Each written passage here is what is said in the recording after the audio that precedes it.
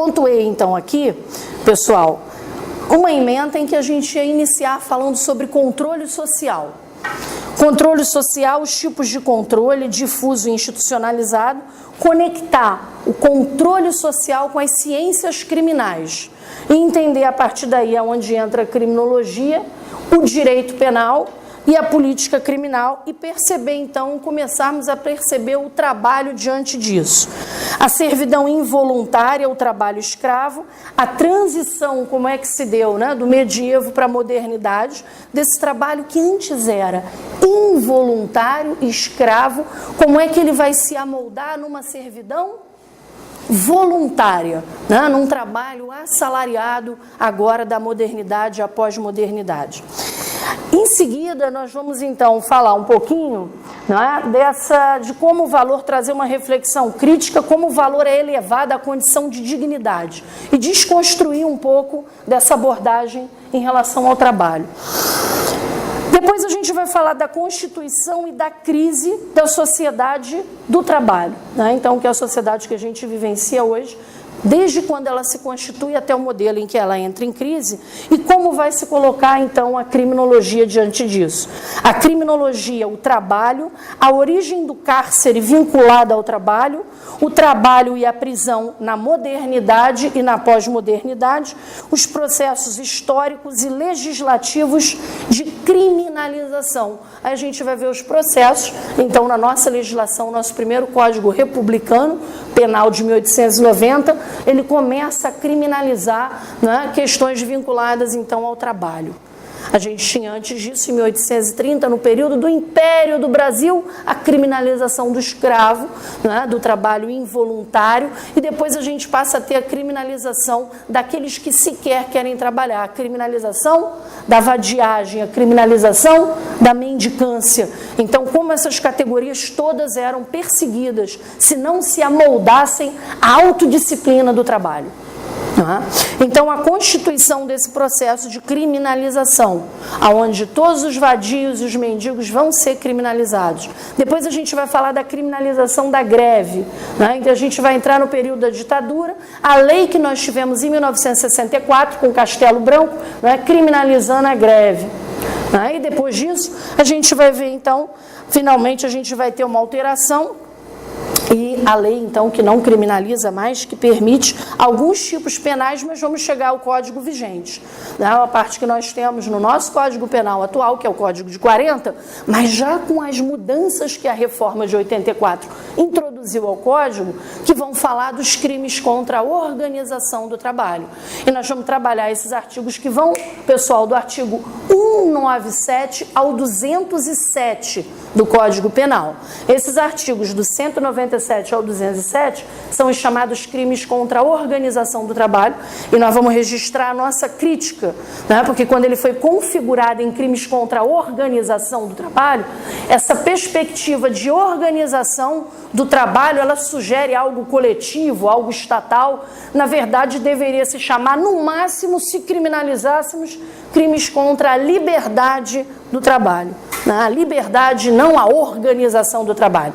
Mas isso é uma influência do Código italiano, Rocco, não é? Um código que nós tivemos fascista, e anteriormente a ele também o nosso Código Penal da República, que se inspirou no Código italiano, não é? De Zanardelli também, que tinha esse viés, não é? Autoritário. Então a gente traz isso para a nossa legislação, essa perspectiva autoritária, né? Nesse sentido, criminalizando então alguns comportamentos. E aí nós vamos discutir, não é? O enfrentamento do que está na legislação penal, pessoal, com o quê? Com o artigo 9º, né, da nossa Constituição. Nós temos desde o artigo 6º a introdução dos direitos sociais, né? O direito ao trabalho como um direito social, e o artigo 9º vai falar do direito à greve, né? Assegurado constitucionalmente. Então, os enfrentamentos, né, dessa criminalização que o nosso diploma penal traz como uma lei infraconstitucional, quer dizer, abaixo da Constituição, e o que está criminalizado no nosso Código Penal. Agora, nós assistimos recentemente, não sei se os senhores viram, né, em relação à atividade de greve da polícia, viram, né, que o Supremo, né, por 7-3, acabou decidindo, enfatizando, né, a impossibilidade de greve, né, no que tange a atividade policial. Então, agora essa decisão, né, mais recente do Supremo em cima de um recurso especial com agravo, né, lá de Goiás. Então, saiu essa decisão. Tá bom? Mas então a gente vai finalizar o nosso curso aqui na nossa ementa, mostrando a criminalização dos subempregados e desempregados, a criminalização da greve, crimes contra a organização, e finalizar falando com a importância também do direito à preguiça e do trabalho livre, tá? Então assim a gente fecha, não é, o nosso curso. Tá tranquilo, pessoal? Muita coisa, hein? Quero ver vocês aí me ajudarem. É só o café, né? Só foi o café, né? Vamos imaginar o chá. Eu deixei para vocês uma bibliografiazinha aqui embaixo, né? Uma linha geral de bibliografia, que falam desde o direito à preguiça, né? O direito ao não trabalho, a dificuldade de introjeção do trabalho na natureza humana, né? Alguns livros até do Freud, né? Sobre o mal-estar na civilização, sobre os princípios do prazer, né, que vão nos permitir assim, uma perspectiva mais filosófica e sociológica na leitura do trabalho, tá certo? E também deixei aqui, né, algumas questões clássicas, né, como Marx falando um pouco sobre a questão trabalhista. Deixei para analisar um pouco o cenário brasileiro, né? Eu deixei algumas questões importantes, como Sidney Chalub, que é um professor de História da Unicamp, né, falando do período todo de servidão involuntária, né, trabalhando a escravidão no Brasil, e outros autores nesse ponto. Deixei aqui para relacionar, não é, prisão com trabalho. Eu deixei o livro clássico do Michel Foucault, Vigiar e Punir, e dois autores italianos que eu me perfilho, né, estou tentando até pensando em fazer um pós-doc na Itália também, com o Dario Melossi e o Massimo Pavarini. Eles têm um livro chamado Cárcere e Fábrica, né, que é um filme um estudo muito interessante, né, que tem uma inspiração um tanto marxista, e também o Rush e Kirchheimer, que são os autores alemães que eu deixei aqui também para vocês, né, que trabalham punição e estrutura social, né, trabalhando essa aproximação entre mercado de trabalho e sistema punitivo, né. Então, essas leituras assim. Uma parte mais de direito positivo, eu deixei alguns autores que vão comentar, não é, a criminalização da greve no período da ditadura militar, como meu colega professor Cristiano Fragoso, professor da UERJ de Direito Penal, né? O livro clássico do avô dele, né, que também foi professor da UERJ, professor Heleno Fragoso. Então, para quem quiser se aprofundar nisso, e os crimes contra a organização do trabalho no Código Penal, deixei aqui o professor Luiz Regis Prado, Paulo César Busato, né, alguns professores de Direito Penal numa linha mais do direito, tá bom? Se vocês depois, né, tiverem algum interesse, tem essa bibliografia, deixei meu e-mailzinho no final, tá? Para quem quiser depois nos contactar, tá legal? Então vamos começar aqui esboçando uma ideia de controle social para daqui eu pensar um pouco nos campos das ciências criminais para a gente então finalmente entrar na leitura do trabalho. Bom, controle social então, deixei aqui um espaço para a gente ir construindo junto, né, e pensando junto. Controle social. O que é controle social?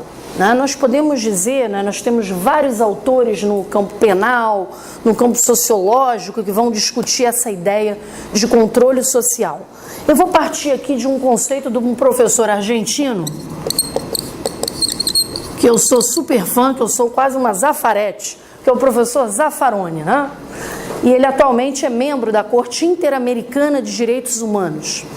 O professor Zaffaroni, ele trabalha um conceito, né, de controle social, em que ele diz, né, que toda sociedade ela é permeada por muitas formas de controle. Nós temos uma teia de controles sociais, né, que são categorias, né, que vão exercer hegemonia, vão exercer poder. Então, uma espécie de exercício de poder, né, que vai ser impingido a todos nós. Essa forma de controle social que nós temos. Quando nós pensamos essas maneiras de controle social, elas podem ser de dois tipos. Um que nós chamamos de controle social difuso, e outro que nós chamamos de institucionalizado.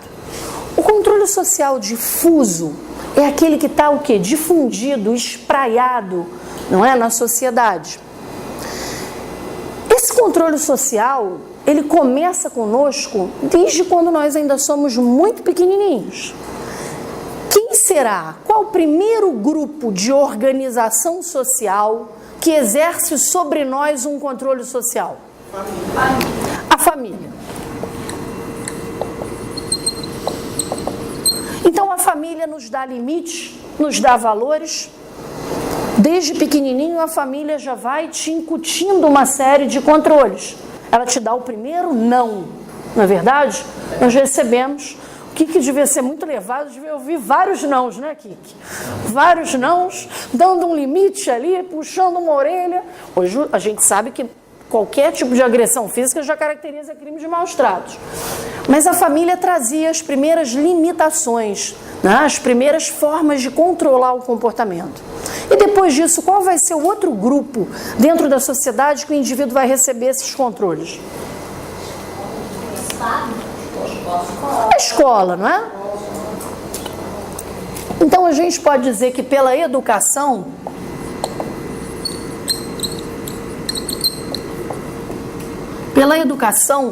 né, e desde o início da mais tenra infância, o indivíduo já tem que começar a se adaptar. Ele já é disciplinado a uma série de conteúdos. Pensem como é difícil você conseguir fazer com que uma criancinha, não é, fique sentada por horas ouvindo uma aula na escola. Não é? Mas você vai introjetando, e a escola faz isso, uma forma de disciplinamento. E esse disciplinamento vai ser imprescindível para que ela depois passe a adentrar o mercado de trabalho. Então, essa forma de disciplina que a gente tem, que já é introduzida pela educação. Uma educação que deveria permitir, não é, uma liberdade maior para que o indivíduo ganhasse uma autonomia, para que o indivíduo se emancipasse, para que ele tivesse uma formação, e pudesse plenamente se desenvolver numa concepção de escola do Paulo Freire. Muitas vezes o nosso modelo de educação ele vai ficando restritivo.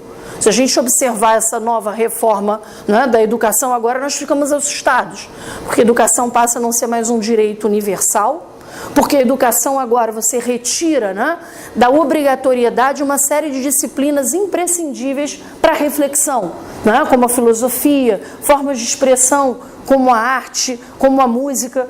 Então, notem, a educação, em vários momentos, ela tem controles sociais. Agora nós estamos sofrendo um forte controle social diante do programa de educação. Período da ditadura militar, o que aconteceu? Quais eram as disciplinas que foram vetadas no período da ditadura militar? História, sociologia. Nós tivemos o que no lugar disso? Eu me lembro que eu estudei nessa época OSPB, Organização Social Política Brasileira, Educação Moral e Cívica. Lembram de Educação Moral e Cívica? Ficar, cantando hino toda aula, educação. Então você vai, retirando matérias mais reflexivas, geralmente uma contenção nas carreiras de humanas, e essas propostas estão hoje com a ultradireita, aqui no Brasil, lamentavelmente, e você muda. Então a educação ela vai moldando comportamentos, ela exerce esse controle social. Eu me lembro, pessoal, quando eu fui aos Estados Unidos, na Universidade de Harvard, em Boston, eu fiquei muito impactada quando eu fui à biblioteca e no grande mapa, do mundo, o Brasil era pequenino ali. Aí eu falei, nossa, quando eu observei de perto toda a região norte do Brasil, Acre, Rondônia, Roraima, Amapá, não tinha nada disso, no nosso mapa. Eles colocavam isso como área de proteção internacional. Vejam vocês, aí eu peguei um atlas, na rua, fui a uma papelaria, peguei um atlas e estava a mesma situação. Vejam vocês como pela educação, você já exerce um controle social em cada criancinha americana, já imaginando que a Amazônia não nos pertence. Quer dizer, uma afetação gravíssima à nossa soberania nacional, um controle realizado pela educação. Além da educação, mais o que, pessoal? que realiza esse controle social? As religiões, não é, que a gente segue também vão exercer um controle social. Os meios de comunicação também, nós vamos colocar eles aqui, né? Vou falar um pouquinho da religião, da ideologia e da mídia, né? No campo religioso, as religiões também realizam esse controle social, porque elas nos impõem o quê? Comportamentos. Né? Comportamentos, diretrizes, nós vamos ter vários. A sexualidade humana, os meus primeiros estudos, eu estudei muito sexualidade humana, né? Tem livros sobre essa parte, né, dos controles penais e religiosos, né, e até dos discursos médicos em cima da sexualidade humana.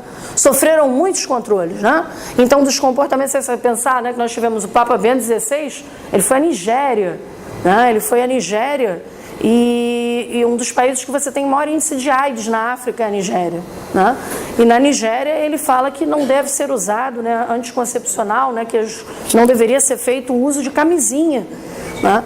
Então vejam vocês a problemática disso dos controles religiosos, comportamentais. No campo ideológico, a ideologia também sempre exerceu, né, várias formas de controle. Ideologia é uma palavra que tem muitas acepções, né? A gente pode entender ideologia na perspectiva napoleônica, né, como utopia, uma ideologia no sentido de utopia. Na perspectiva marxista, por exemplo, né, que a ideologia ela é uma superestrutura que é produzida pela estrutura econômica e ela é uma superestrutura encobridora do real. Mas eu vou trabalhar no sentido da ideologia do professor Zaffaroni, né? Para o Zaffaroni, a ideologia é uma espécie de conjunto de crenças que nós temos que vão disciplinar, moldar comportamentos. Então, a ideologia do trabalho, por exemplo, ela vai também se inserir aqui. Nós temos hoje toda uma lógica, uma ideologia construída em face do trabalho.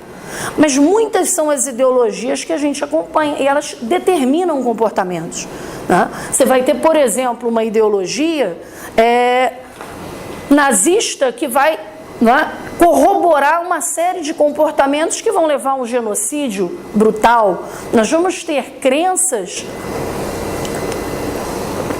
da inferioridade de uma raça, né, que foram muito utilizadas no período colonialista e neocolonialista e justificavam esses comportamentos. Isso justificou toda a intervenção da Europa no continente africano, que vai significar a expoliação desse continente. Não, uma expoliação que a gente até hoje acompanha os resultados e as consequências maléficas disso. A ideologia do trabalho, pessoal, é uma ideologia que também funciona estabelecendo uma lógica do trabalho, né? Hoje em dia, você não querer trabalhar ou você ser enquadrado enquanto vagabundo, vagabundo é a principal gíria utilizada por quem? Pela instituição policial ao analisar qualquer indivíduo na rua ou indivíduo suspeito de um crime, ou é dentro do sistema prisional. A lógica do trabalho como algo que edifica o indivíduo, ela é constituída universalmente, onde todos têm que trabalhar. Nós tivemos uma ética protestante que incentiva essa ideologia do trabalho como algo que nos torna dignos. Oi? O morador de rua também tem esse estigma, né? Que é vagabundo, que vai trabalhar e não é bem essa coisa, né? Existe toda uma referência. Exato, e a gente tem toda essa obrigatoriedade, né? No Brasil, nós temos a obrigatoriedade do trabalho, né, nas prisões. Nos Estados Unidos, nós temos em muitos estados o trabalho forçado, e dentro da sociedade, quem não trabalha é mal visto. Porque hoje, a nossa identidade, ela é constituída a partir de quê? A partir do trabalho. Né? Então você conhece alguém, está numa festinha, que chega lá com uma conversa, fala o quê? Que aí, tudo bem? Prazer? Vai logo bater ali um papo com a menina e fala o quê, Kiki? O que você faz? Né? Ah, eu faço isso. E você faz o quê? Né? Quer dizer, o trabalho, né, você logo se coloca pela posição no seu trabalho. O trabalho é constitutivo da nossa identidade, do nosso lugar na sociedade. Então, notem como o trabalho ganhou uma dimensão, não é absolutamente grande. Eu deixei alguns artigos meus, né, conectando muito trabalho ao sistema prisional, mas fazendo menção à ideia, não é, dessa lógica, dessa ideologia do trabalho. E como quem não trabalha ou não tem um trabalho formal, como ele vai ser representado de modo estigmatizado. Né? São os estigmas que o Irving Goffman nos fala que nós lançamos. São rótulos para a gente depreciar pessoas, né? Para torná-las inferiores. E como a colega falou, os meios de comunicação, né? A mídia exerce um super controle social. Então, da hora em que você chega em casa, se você pega um meio de comunicação, né, material, formal, né, e você liga a televisão, o conteúdo daquilo que transita no jornal certamente vai ajudar a pautar, né, os acontecimentos do dia. Hoje nós vemos uma campanha brutal dos meios de comunicação em relação à reforma da Previdência. É assim, olha, a inflação ela teve um pequeno decréscimo, mas vai cair muito mais se for votada a reforma da Previdência. Claro, nós vamos todos nos lascar, né? Vamos ter que trabalhar 49 anos aí seguidos e vai ser uma grande conquista, né, a reforma da Previdência. Olha só como é que isso é trabalhado pelos meios de comunicação, isso vai virando quase um senso comum e as pessoas reproduzem.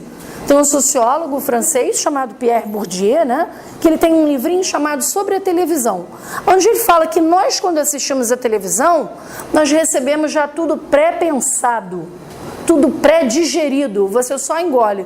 Você está cansadão, trabalhou o dia inteiro, você chega em casa, você não vai querer ler Nietzsche, né? Você vai ver um futebol, vai ver uma novela e vai ver um jornal, né? Então é essa questão que a gente vê, né? Se o trabalho hoje, ele né? E a gente pode perceber, o trabalho hoje, ele funciona de modo, né, vertebral na nossa sociedade, nós podemos dizer que ele se coloca, não é, como quase essa coluna central na nossa sociedade, porque tudo na nossa vida vai orbitar em razão do nosso trabalho.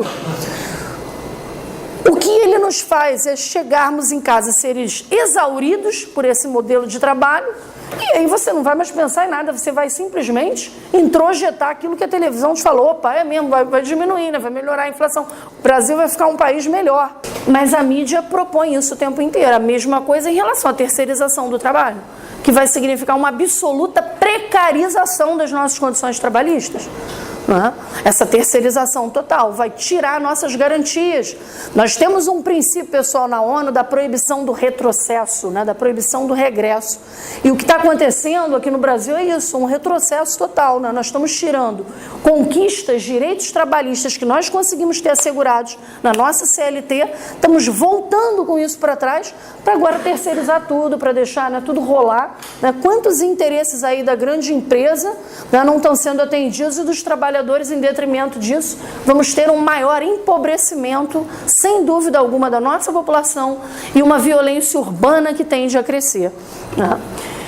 Bom, além da mídia, então, que sem dúvida alguma ela ainda produz um medo muito grande, o medo do cara que não trabalha, o medo do vagabundo, o medo de todos os movimentos sociais que se colocam, o medo vai funcionar também como uma forma de controle social. Vou botar um azulzinho aqui. E o medo, gente, ele também é produzido pela mídia. A mídia, ela produz medo, ela produz um pânico social, né? Nós vivemos com medo. Quantos de vocês não estão voltando do trabalho e fica um familiar ligando? Já chegou? Onde é que você está? Né? Ou você não liga para outro, né? Onde é que você está? Né? Você está onde? Já chegou? Fica todo mundo vivendo uma neura. E o celular também não é um instrumento de controle? Com certeza. Não é? Nós controlamos e somos controlados com o celular permanentemente, não é verdade? Então são os instrumentos de controle que a gente tem aqui. O controle social institucionalizado é aquele que se dá pelo viés de quê? Do Estado, tá certo? Então nós temos o Estado aqui, ó. Ele pode ser não punitivo e punitivo. Não punitivo se dá por outras agências, né, reguladoras que também exercem um controle social. Vou botar aqui embaixo, ó, o não punitivo. Não punitivo. O direito civil, o direito do trabalho, né, eles regulam vários atos da nossa vida, do nascimento com a sua certidão de óbito, né, com o teu primeiro registro, a tua morte, né, aquele último documento que a gente quer que demore bem a chegar, né, a nossa certidão de óbito, tá certo? Então, esses momentos que a gente acompanha aí, todos são regulados da nossa vida civil pelo direito civil. Né? Então, ele realiza esse controle social. E no campo do trabalho, o direito do trabalho. Tá? Então, por mais que tenha sido uma conquista, temos a nossa carteira do trabalho, também é um controle, né? Você vai ter os registros, né? Se acontece algum problema, você vai ter ali falta grave registrada, né? Você vai ter na sua carteira de trabalho o momento que você entra, se você é demitido. Então, nós temos o nosso histórico ali, né?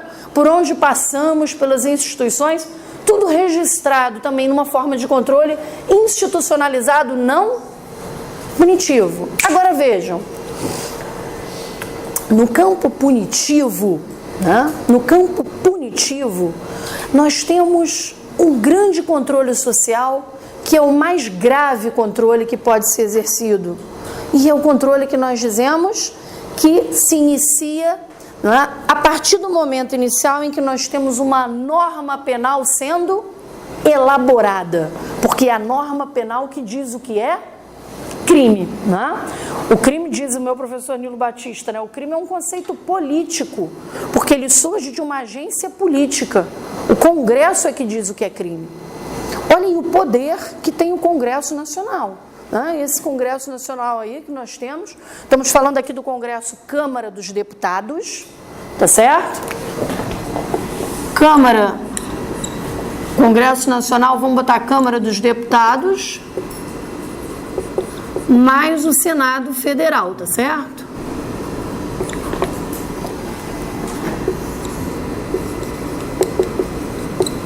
Eles criam a lei penal e definem, portanto, o que é crime. Então, imaginar, né, que nós temos aí os 513 deputados federais, agora estão votando um novo projeto de Código Penal. Né? O novo projeto de Código Penal, ele amplia o rol dos crimes contra a organização do trabalho, sabiam? Na verdade, ele não aumenta só isso, ele aumenta tudo. Né? Eu lancei um livro no ano passado, organizei esse livro com vários penalistas do Brasil todo, do norte a sul, criticando esse projeto, inclusive 2 professores, né, que vinham participando do projeto de Código Penal, né, e abandonaram. Né? Tivemos o professor René Aldotti, da Federal do Paraná, né? A crítica contundente do professor Juarez Cirino dos Santos, né? Um dos maiores penalistas que nós temos, hoje é um dos advogados do Lula, e o Juarez Cirino dos Santos escreve nesse livro que eu organizo também essas críticas, né, bem contundentes a esse novo projeto de Código Penal. Gente, o novo projeto de Código Penal, ele vai dobrar o número de crimes. Dobrar. Então, hoje nós temos 359 artigos, nós vamos ter quase 600 no novo Código Penal. Né? Só para vocês terem uma ideia assim. Né? E a pena mínima de quase todos os crimes, ela é aumentada. E a pena máxima também aumentada. Aumentada, é tudo aumentado. Você imagina, se nós já estamos vivenciando hoje, né, um super encarceramento, vocês viram essa crise aí lá em Manaus, não viram? O estopim que nós tivemos 58 mortos. Eu trouxe o professor para dar uma aula, o juiz federal, né? Perdão, o juiz da execução penal. O Valois, né, o Luiz Carlos Valois, que é juiz da execução penal titular, né, lá de Manaus, que acompanhou isso. Ele deu uma conferência, né, na pós que eu coordeno na Universidade de Cândido Mendes, nós fizemos esse debate, né, trazendo os elementos, né, quase que das entranhas desse nosso sistema penal tão decadente, né, que está em absoluta crise. E a gente observa como o novo projeto de Código Penal, que vocês verão ser votado, ele tende a agravar em muito isso. É o chamado PLS 236 de 2012. Projeto de Lei do Senado 236 de 2012. Né? E eu fico muito preocupado porque ele foi aprovado a toque de caixa no Senado. Né? O Sarney foi um dos que ajudou a agilizar essa votação e agora ele foi para a Câmara. Eu acredito que depois da Previdência, né, vai ser uma das novas prioridades no Congresso. Né? Então, se nós já temos hoje um déficit de vagas no sistema carcerário, né, que se inscreve em 250 mil vagas, e esses dados do DEPEN são velhos, são de dezembro de 2014, porque o INFUPEN, que é o Sistema de Informação do Departamento Penitenciário Nacional do Ministério de Justiça, não atualizou os dados. Então lá a gente tem 250 mil vagas deficitárias, ou seja, já temos muito mais presos do que o sistema pode abarcar. Eu falo para vocês, porque eu sou concursada do Ministério de Justiça. O Ministério de Justiça hoje sabe que tem mais de 300 mil vagas deficitárias no Brasil, né? Então, quando saírem os dados no meio desse ano, será superior a 300 mil vagas. Então, o nosso sistema penitenciário ele já está explodindo de tanta gente nesse super encarceramento. E nós estamos vivendo esse aumento. E no plano do direito do trabalho, nós vamos aumentar os crimes contra a organização do trabalho e aumentar as penas. Essa é uma tendência que vem acontecendo em relação a todos os crimes. Nós não estávamos tendo isso só em face de duas coisas, em relação à eutanásia, que nós tivemos uma suavização nesse projeto, e em relação ao aborto, que ele ampliou as hipóteses de excluir a criminalização das mulheres, né? Continua criminalizado, mas você aumenta os casos que a gente chama de excludente da ilicitude, onde você não configura o crime. Então, a gente tinha só dois casos, mulheres que sofriam estupro, né? E além de mulheres que sofriam estupro, das mulheres que tivessem algum problema de saúde sério, enquanto gestantes. Nesse caso, o aborto é autorizado no Brasil. O projeto de lei ele trazia outras hipóteses do aborto anencefálico, aquele que o feto não tem o quê? Cérebro, né? E outras como falta de condições psicológicas da mãe, né? Várias outras possibilidades que a mulher não seria anomalias gravíssimas para casos de crianças com hidrocefalia, não criminalizaria mulheres que fizessem esse aborto, né? Mas ainda assim, o que aconteceu? O Eduardo Cunha conseguiu alterar isso antes de sair, né? Foram as duas medidas que ele consegue, né? Uma delas é essa. E aí nós temos, então, ao contrário, uma proposta de elevar a pena na criminalização do aborto. Além do Congresso Nacional, pessoal, mais o que a gente pode inserir aqui? Olha só, o sistema penal, ele tem início com a norma penal. Vem uma lei penal e diz o que é crime. O conceito que eu disse a vocês é muito relativo. Em vários momentos ele vai criminalizar indivíduos mais vulneráveis. A criminalização começa no Congresso, né? Então, seja por qualquer condição, a gente vai ter um processo de criminalização, por exemplo, em relação às questões trabalhistas, muito antigo no Brasil. Depois de ter uma lei que dita o que é crime, o Congresso Nacional é a primeira agência do sistema penal. Qual é a segunda? Depois que você sabe o que é crime, nós temos uma persecução, mas antes dela ser aplicada, a gente vai ter que ter uma persecução ao crime. O crime vai acontecer. Quem vai atuar num primeiro momento? A instituição? Antes do judiciário. Policial, não é? Isso, policial. Então a gente começa com a lei penal, depois a gente vai ter a instituição policial, que vai encetar o inquérito policial, né, diante do crime. Então a persecução ao crime vem pela polícia. Vai ser a nossa segunda agência do sistema penal. A história da instituição policial, eu deixei uma referência para vocês do Thomas Holloway, né, sobre a história da polícia, como a história da polícia vai ser longa de perseguição, não é? E criminalização dos vadios, dos indivíduos que não trabalhavam, né, dos indivíduos em estado de mendicância porque não estavam trabalhando, e mais o quê?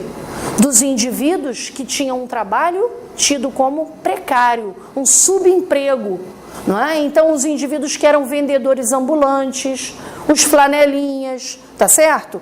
Esses indivíduos vão ser todos criminalizados pela nossa instância, o quê? Policial. Então, uma grande repressão da nossa instância policial, né, vai se localizar no que tange a essa atuação. Tá certo? E depois, gente, vamos tentar construir aqui. O policial, né, fez a ocorrência. O que acontece? Vai para o judiciário, Ministério Público. Então, aqui vem o MP. O Ministério Público hoje vem sofrendo, né, salvo boas exceções, claro, mas vem sofrendo um processo quase que de fatização, né? Nós estamos com o Ministério Público hoje nosso muito comprometido, né, com o combate aos delitos pequenos.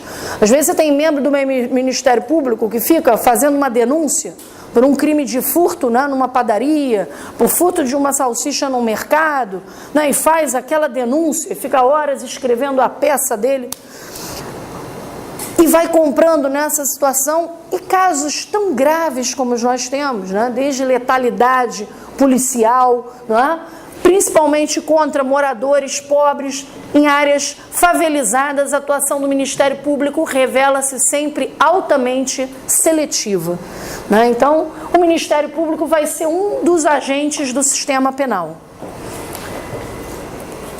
Depois do Ministério Público, pessoal, que vai oferecer essa denúncia, nós temos que etapa? Oi?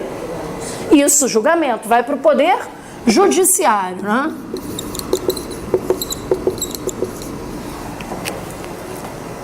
Mas, Roberto, Fala, querida. tudo isso é baseado na lei penal, né? Isso.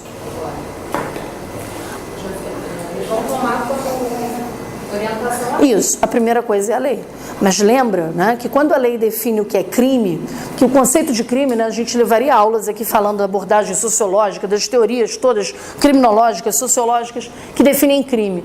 Mas em síntese, quer dizer, desde Durkheim, ele já traz, né, no século XIX, uma ideia, uma percepção, e Durkheim é um dos autores, né, que a gente nem pode ter como críticos, um dos autores até, né, mais centrais, ele só vai ser crítico em relação ao positivismo criminológico, que era extremamente conservador, né, e preconceituoso na sua atuação. A ideia de crime, já com Durkheim, ele traz um conceito de relatividade. O crime, ele vai ser relativo, porque o que é crime hoje não foi crime ontem, lá atrás. Os conceitos de crime, eles mudam, né, no decorrer do tempo. Então, são conceitos que são flexíveis, eles são políticos, né, eles são conceitos culturais, eles são históricos, eles são datados. A criminalização dos comportamentos, ela surge em determinada época, né? Então, em algumas épocas, nós instituímos categorias como inimigos, tá certo? Se você pegar o medievo inteiro, né, a mulher vai ser uma das figuras mais vistas como inimigas, né? Você vai ter vários livros, que eram os livros mais divulgados na época, de inquisidores como Kramer, Sprenger, que diziam que o termo fêmea designava fé em menos, fé de menos, porque a mulher tinha menos fé do que o homem, porque a mulher, ela estaria então, né, muito propícia ao espírito descorporificado do demônio. Por isso as mulheres cometiam bruxaria. E aí nós temos o tipo penal de bruxaria, né, como um dos crimes mais graves. Você está rindo? Você sabe quantas mulheres já foram queimadas por bruxaria? Olha, para vocês terem ideia, foram mais de 100 mil mulheres queimadas como bruxas. Se vocês pegarem essa legislação aqui, né, que é o Código Penal, né, a coletânea das legislações criminais que tiveram aplicação no Brasil, a lei que mais foi aplicada na área criminal no Brasil foram as chamadas ordenações filipinas. As ordenações filipinas, né, elas eram leis portuguesas que vieram para o Brasil. Elas foram aplicadas de 1603 até 1829, que em 1830 é que a gente tem uma alteração de lei. Então, de 1603 a 1830, as ordenações filipinas traziam de cara a criminalização das bruxas. Nós tivemos esse tipo penal das bruxas. Tivemos vários casos de mulheres brasileiras que foram condenadas e foram a Portugal, né, ser julgadas em Portugal. Fui uma vez a Portugal, fiquei lá em Lisboa, na Torre do Tombo, pesquisando esses processos de quase 500 anos, né? Um barato, você pega aquele processo, né? Tem uns que você não pode nem manusear, né? Uns de luva, uns você só vê o microfilme, né? Aquilo muito antigo da nossa história, porque eles eram condenados lá, já que nós não tínhamos aqui no Brasil o Tribunal de Santo Ofício.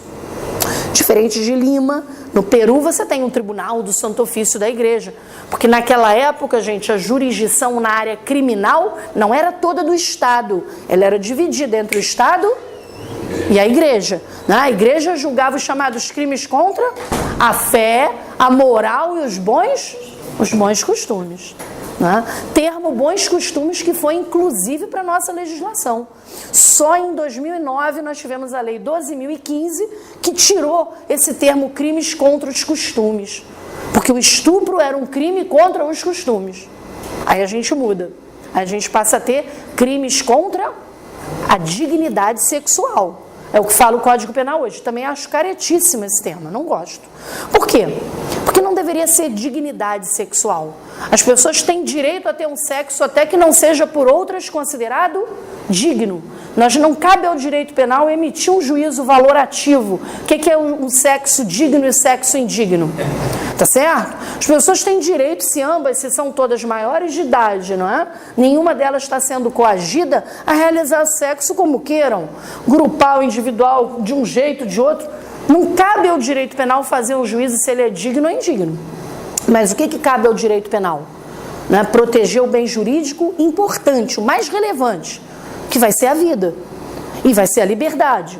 Então, se você tem, né, uma sexualidade que coage, aí é um problema. Você obriga alguém que não queira realizar aquilo, aí você ofende a liberdade. Então, no meu singelo entendimento, deveria ser o quê? Crimes contra a liberdade sexual e não contra a dignidade sexual. Eu adoro a palavra liberdade. Então, para mim, seria liberdade sexual. Como no trabalho, seria liberdade do trabalho e não contra a organização do trabalho. Tá certo? Para mim, são efeitos autoritários que a gente tem dentro do nosso código. Tá certo? Bom, para finalizar, pessoal, vem o judiciário. Vem o judiciário também. Vejam que, olha, essa área toda aqui, Ministério Público, Judiciário, estamos falando de categorias que hoje têm, né, gastos extremamente elevados, custos altíssimos para o nosso Estado. E todas as penalidades salariais incidem nos trabalhadores. Né? Vamos finalizar aqui falando da última etapa. O judiciário, então, decide aquele crime, vai lá e aplica uma pena. Sanção. Vem, então, aqui o sistema penitenciário. Vai ser a última etapa que termina o nosso sistema penal. É o último controle social que é exercido. Pessoal, é o controle mais rigoroso. Ele finaliza com um castigo. A aplicação da pena, a história da aplicação da pena é algo avassalador. Né? Só quem estuda a história dos crimes sabe como ela é muito pior, muito menos grave do que a história das penas. A história das penas, ela é horrenda, ela é infamante. A história das penas é um modelo organizado, programado, sistematizado de todos contra um. A história dos crimes, muitas vezes, ela traz a história, né, da rebeldia, a história da impulsividade, dos dramas humanos, das misérias humanas, né, e elas retratam até esse grande marco de desigualdade social que vai permear a nossa sociedade. Né? Então, aqui se encerra o sistema penal. Nós tivemos desde penas sangrentas, de mutilações corporais, não é? De retirada de membros, de pessoas que eram partidas ao meio, como a famosa pena da serrinha, de cabeça para baixo, né? Eram serradas. Tivemos penas como empalamento, milhares de pessoas foram empaladas, né? Uma introdução anal de uma grande lança que saía, né, na lateral da coluna, acompanhava, né, penas de crucificação, milhões de pessoas foram crucificadas, penas de estrangulamento, penas de enforcamento, fuzilamento, injeção letal, né, milhões de vidas foram, não é, ceifadas com as penas de mortes aplicadas ao longo da história. Hoje nós só temos praticamente 2 democracias no planeta que aplicam a pena de morte, Estados Unidos, ainda na maior parte dos seus estados, né? E o Japão, que na prática até quase não se consolida, mas, né, em lei o indivíduo já faz o harakiri, né? Lá no Japão, antes dele ser condenado à pena de morte, né? Terrível, mas temos uma pena de morte nessas 2 democracias. Portugal vai ser o primeiro país na Europa, né, que vai abolir a pena de morte, né? E o Brasil com Dom Pedro II, extraoficialmente, ele vai abolir também a pena de morte. Embora ela tivesse prevista no código que nós chamamos Criminal do Império, né, de 1830, em 1855 ele aboliu a partir de um caso de injustiça que ocorreu em Macaé, né, da chamada Fera de Macabu. Então, depois disso, Dom Pedro II sempre perdoou, né, os condenados à pena de morte, e ele então convertia a pena de morte numa prisão bem longa, perpétua, mas não aplicava mais a pena de morte. Hoje em dia podemos dizer que são milênios e milênios de liberdade que são confiscados pelo Estado. O Estado confisca milênios de liberdade em nome do trabalho, em nome do crime. Oi? Tem um filme, pessoal, que é muito interessante de vocês verem, chamado A 13ª Emenda, porque ele traça uma relação muito interessante também sobre o trabalho e a prisão nos Estados Unidos, né? Então a gente tem uma criminóloga, Angela Davis, muito interessante, né? Filme dirigido por uma mulher negra, acompanhando a questão de drogas, militante, né? Aguerrida, isso, né? Então a gente acompanha a situação, né, de criminalização, né, a questão racial nos Estados Unidos, a questão da política de drogas norte-americana, né, e a nossa ainda é pior ainda que a americana, de drogas, aqui ainda é uma guerra, né, a céu aberto, e a gente ainda tem o problema do encarceramento. Esse filme aborda essas três questões e lembra a 13ª Emenda norte-americana, né, que proíbe, né, que é questão interessante que vocês vão ver em relação ao trabalho, né, porque lá ninguém pode trabalhar e não receber, né? E todos têm que ter direito a essa liberdade, mas o indivíduo, quando é preso lá, ele é obrigatoriamente, forçosamente, né, submetido ao trabalho. Nos Estados Unidos nós temos o trabalho como sendo forçado. Se o indivíduo não trabalhar,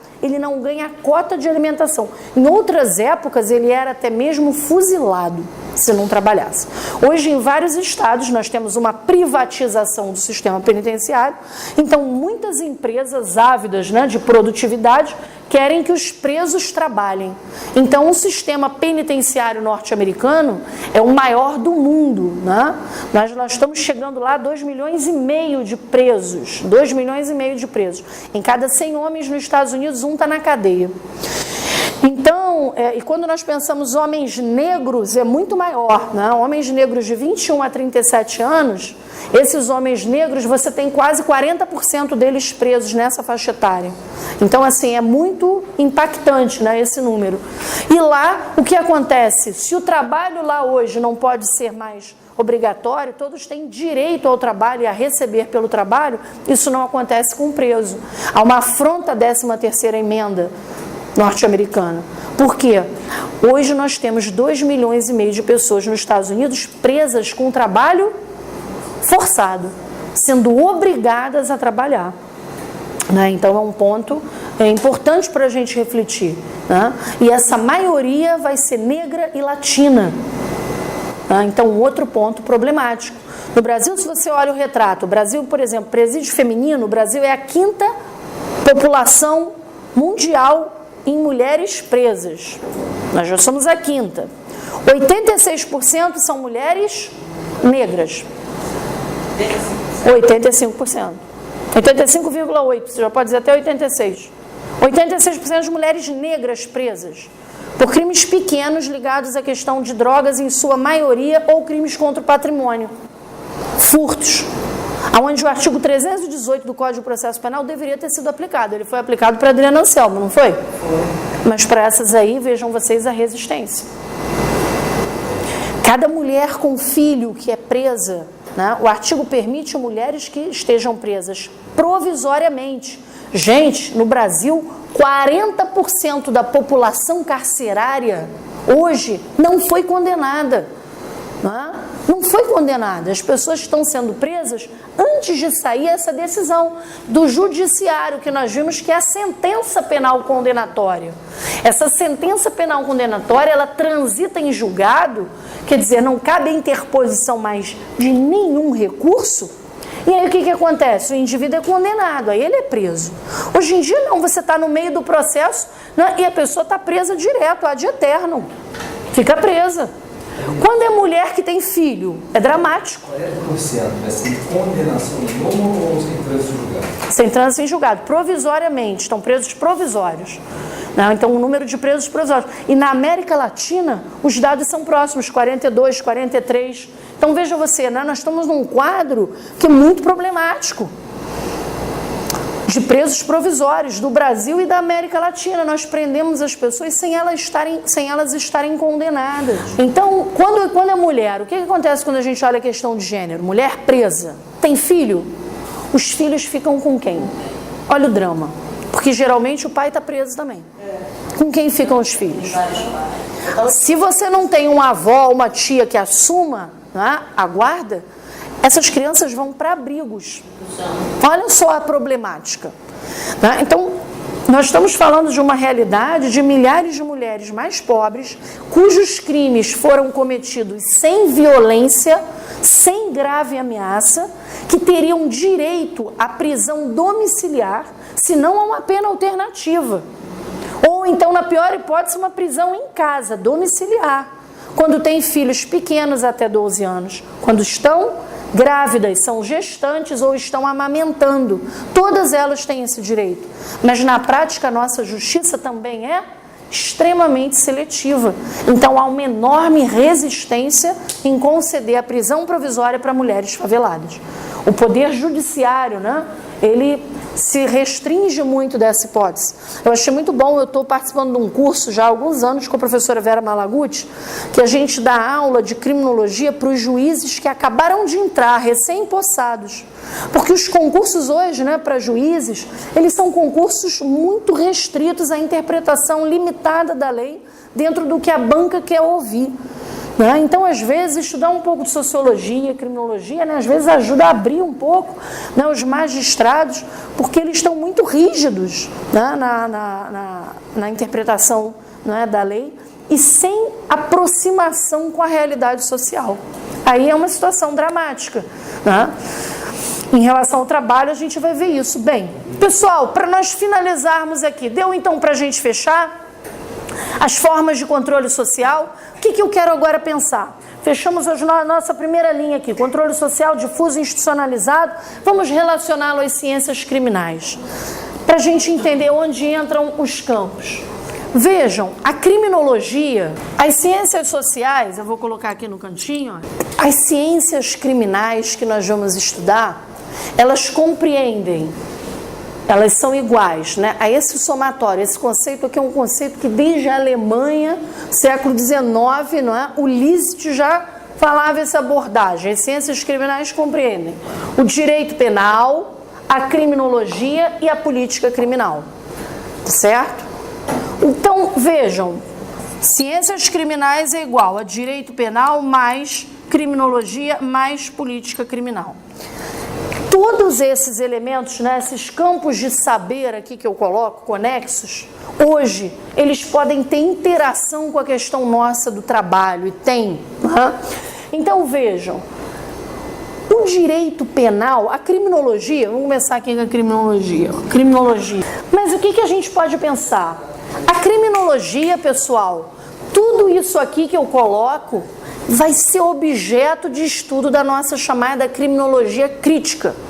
Né? A criminologia crítica, ela estuda o crime, ela estuda o controle social, ela estuda a pena, mas o grande objeto dela de estudo vai ser o controle social.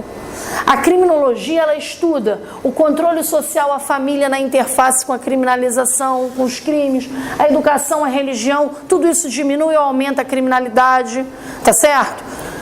As ideologias, tudo isso é objeto de estudo da criminologia. A criminologia tem um amplo leque de estudo. Ela vai estudar as normas penais, ela estuda os crimes, ela estuda o próprio direito penal, não é? Ela estuda as agências, então, todas do sistema penal, os modelos não punitivos, tudo isso está dentro do rol de abrangência das ciências criminais, mais especificamente da criminologia. No que tange ao direito penal, o direito penal, ele vai fazer um estudo, não é?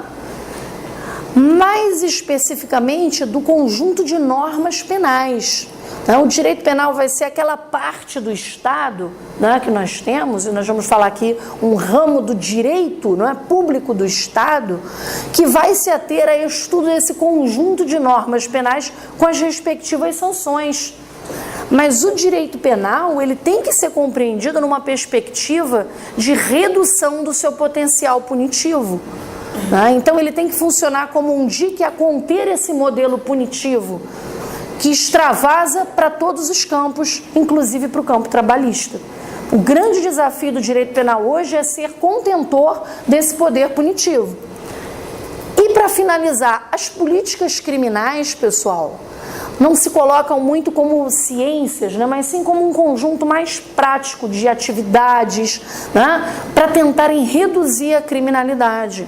As políticas criminais, elas estão dentro das políticas públicas sociais.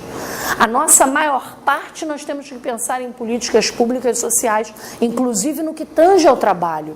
As políticas públicas mais amplas vão ter uma pequena parcela que serão as chamadas políticas criminais. Então, nós vamos pensar em atividades concretas para diminuir, para reduzir a criminalidade. O que pode ajudar a reduzir a criminalidade? As políticas criminais hoje só veem medidas altamente repressoras e poucas medidas preventivas, não é? Então, o nosso desafio é ampliarmos nas políticas sociais medidas de prevenção e reduzirmos as políticas criminais, tá certo? No seu teor, inclusive, de repressão. Posso apagar esse quadro aí? Tranquilo até aí? Alguma dúvida?